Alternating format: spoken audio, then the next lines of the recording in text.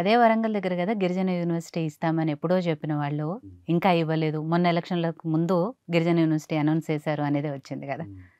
మొన్న పార్లమెంట్‌లో అప్రూవ్ అయిపోయింది కదా! ఐ థింక్ దే విల్ అదే ఇంప్లిమెంట్. అంటున్నాను. 9 ఏళ్ల నుంచి ఇవ్వని వాళ్ళు బీజేపీ వాళ్ళు సెంట్రల్ గవర్నమెంట్. ఇప్పుడు ఎలక్షన్స్ ఉన్నాయి కాబట్టి గిరిజన యూనివర్సిటీ స్పైస్ బోర్డ్ అనౌన్స్ చేశారు అనేది. I think it's timing parliament approvals పెట్టడంతోనే చేసినట్టు. బట్ సరే, దానికి రకరకాల కారణాలు ఉన్నాయి. ఇప్పుడు ఎన్నో ఎజెండాలో దేశానికి ఇంపార్టెంట్ అయిన ఎజెండాలన్నీ ఎగ్జిక్యూట్ చేసుకుంటూ వస్తున్నారు కదా. ఇప్పుడు ఈ కంట్రీలో పేమెంట్స్ డిజిటల్ ఎంత అసలు ఏ కంట్రీలో మన భారతదేశంలో అయితేనే ఇప్పుడు అనుకున్నామా అట్లా చాలా ఎజెండాలో కొంచెం డిలే అవుతుంటాయి అక్కడ ఇక్కడ. బట్ ఉద్దేశం ఒక మాట ఇస్తే మాత్రం ప్రధానమంత్రి నరేంద్ర మోడీ గారు దాన్ని ఇంప్లిమెంట్ చేసే వరకు అయితే ఉండరు. అంటే అది ఆలస్యం అవటానికి కూడా రకరకాల కారణాలు ఉన్నాయి. ఇక్కడ రాష్ట్ర ప్రభుత్వం కూడా ల్యాండ్ పూలింగ్కి సంబంధించి సరిగ్గా డీటెయిల్స్ ఇవ్వలేదు అనేది కూడా ఉన్నాయి కాబట్టి సరే అది ఎలక్షన్ల ముందు ఇచ్చిరా ఎట్లా ఇచ్చారు అనేది పక్కన పెడితే ఇచ్చిన మాట అయితే ఇచ్చారు అనేది కూడా ఉంది కాబట్టి చాలామంది అంటే అసెంబ్లీ ఎలక్షన్లకు సంబంధించి కొంతవరకు ఇదిగా ఉన్నప్పటికీ ప్రాంతీయ పార్టీల వైపు అది చూస్తున్నప్పటికీ పార్లమెంట్ ఎలక్షన్స్కి వచ్చేటప్పటికి సెంట్రల్ పార్టీలో చూస్తున్నారు, దట్టు బీజేపీ వైపు ఎక్కువగా చూస్తున్నారు. మీరు కూడా బీజేపీని కోరుకుంటున్నారు కాబట్టి ఏంటి ఒక మోడీ గారే హవా చూసేనా అంటే ప్రపంచవ్యాప్తంగా మోడీ గారికి ఉన్న చరిష్మా చూసి ఇక్కడ గెలుస్తామనుకుంటున్నారా? అంటే నా పర్సనల్ డిఫరెంట్ యాక్చువల్లీ. నేను చిన్నప్పటి నుంచి ఆర్ఎస్ఎస్ శాఖ. నేను Delhi college of engineering Kashmiri గేట్లోనే 2 ఏళ్ళు ఆర్ఎస్ఎస్ శాఖ నడిపినాను. మా ఫాదర్ మదర్ వాళ్ళంతా first ABVP batch Osman university. మా grand father was Congress generation, మా ఫాదర్ వాళ్ళంతా ఆర్ఎస్ఎస్ జనసంఘ్ జనరేషన్. నేను చిన్నప్పటి నుంచి ఆర్ఎస్ఎస్ ఢిల్లీ యూనివర్సిటీలో కూడా ఏబీవీపీ కాబట్టి నాది ఎక్సెప్షన్. నేను ఆల్వేస్ ఈ టైంలో తెలంగాణలో మేము చిన్నప్పటి నుంచే ఉన్నాము. ఈ టైంలో తెలంగాణలో అవకాశం వచ్చినప్పుడు అందులో నరేంద్ర మోడీ గారి నేతృత్వము, భారతీయ జనతా పార్టీ ఈ సిద్ధాంతాలు ideology I'm very strong in Hindu ideology. ఈ వచ్చినప్పుడు మేము ఇటువంటి అవకాశం మేము చిన్నప్పుడు తెలంగాణలో ఎప్పుడు ఆలోచించలే. నేను 7th క్లాస్లో ఉన్నప్పుడే జంగారెడ్డి గారు హన్మకొండ నుంచి ఎంపీ, ఇద్దరే ఎంపీలు. అప్పటి నుంచి ఈ సిచ్యువేషన్ వచ్చినప్పుడు మేము ఎందుకు ఇందులో ఉండొద్దు, పార్టీ చేయొద్దు అనేది. రామ జన్మభూమి మేము ఢిల్లీ కాలేజ్ వెళ్ళినప్పుడు ఫస్ట్ సెకండ్ వెళ్ళినప్పుడు అప్పుడు ఆ ఇయర్ పార్టిసిపేట్ అయినాం.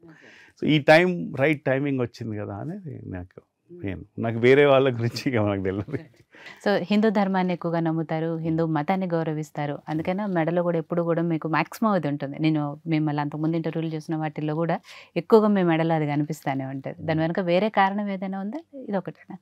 అంతే యాక్చువల్లీ అది ఒక కొన్ని ఇన్సిడెంట్లో చిన్నజీ అస్యామ గారు నాకు అది ఇచ్చారు. అప్పటి నుంచి ఓకే. సో మీరు పాలిటిక్స్లో వస్తాను అంటే ఇంట్లో వాళ్ళ రియాక్షన్ ఎలా ఉంది? చాలా అంటే అసలుకి అందరు అంటారు కదా పాలిటిక్స్లో రావద్దు అని.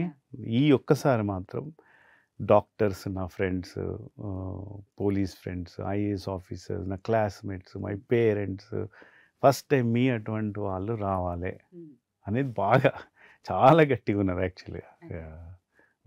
They want me to come. So politics గురించి చిన్నప్పటి నుంచి interest, social service interest and టెక్నికల్గా ఇంట్రెస్ట్, ఇన్నిటిని ఒకేసారి హ్యాండిల్ చేయడం ఎలా సాధ్యం అవుతుంది అనేది? అంటే ఇక మొదలు టెక్నాలజీ,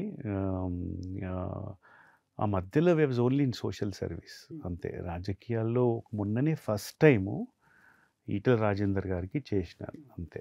అంతకుముందు ఎప్పుడు రాజకీయాల్లో అందరితో మంచిగా ఉంటాను నేను, అందరితో మంచి సంబంధాలు ఉన్నాయి, ఏ ప్లాట్ఫామ్ లేకుండా service oriented. So Etela Rajender గారు అంటే వ్యక్తిగతంగా అభిమానమా లేకపోతే బీజేపీలో ఉన్నారు కాబట్టి ఆయనకు సపోర్ట్ చేశారా? రెండు యాక్చువల్లీ. బికాజ్ నేనంటే మొదటి నుంచి కూడా Bharatiya Janata Party ABP supporter. Plus మా కాన్స్టిట్యున్సీలో వారు ఎమ్మెల్యేగా ఉన్నారు. ఎప్పుడు కూడా మాకు ఎప్పుడు ప్రాబ్లం అయితే రాకుండా చూసుకున్నారు కాబట్టి అది కూడా ఉంది వ్యక్తిగతంగా కూడా వారంటే. బట్ మొన్న అసెంబ్లీ ఎలక్షన్స్లో ఆయన ఓడిపోవటం అనేది ఎలా రిసీవ్ చేసుకున్నారు, దాన్ని ఎలా తీసుకుంటున్నారు? అంటే దానికి కారణాలు నేనైతే రిపోర్ట్ ఇచ్చినాను. ఈటల రాజేందర్ గారికి తెలుసు, 1 month ముందే ఇచ్చాను.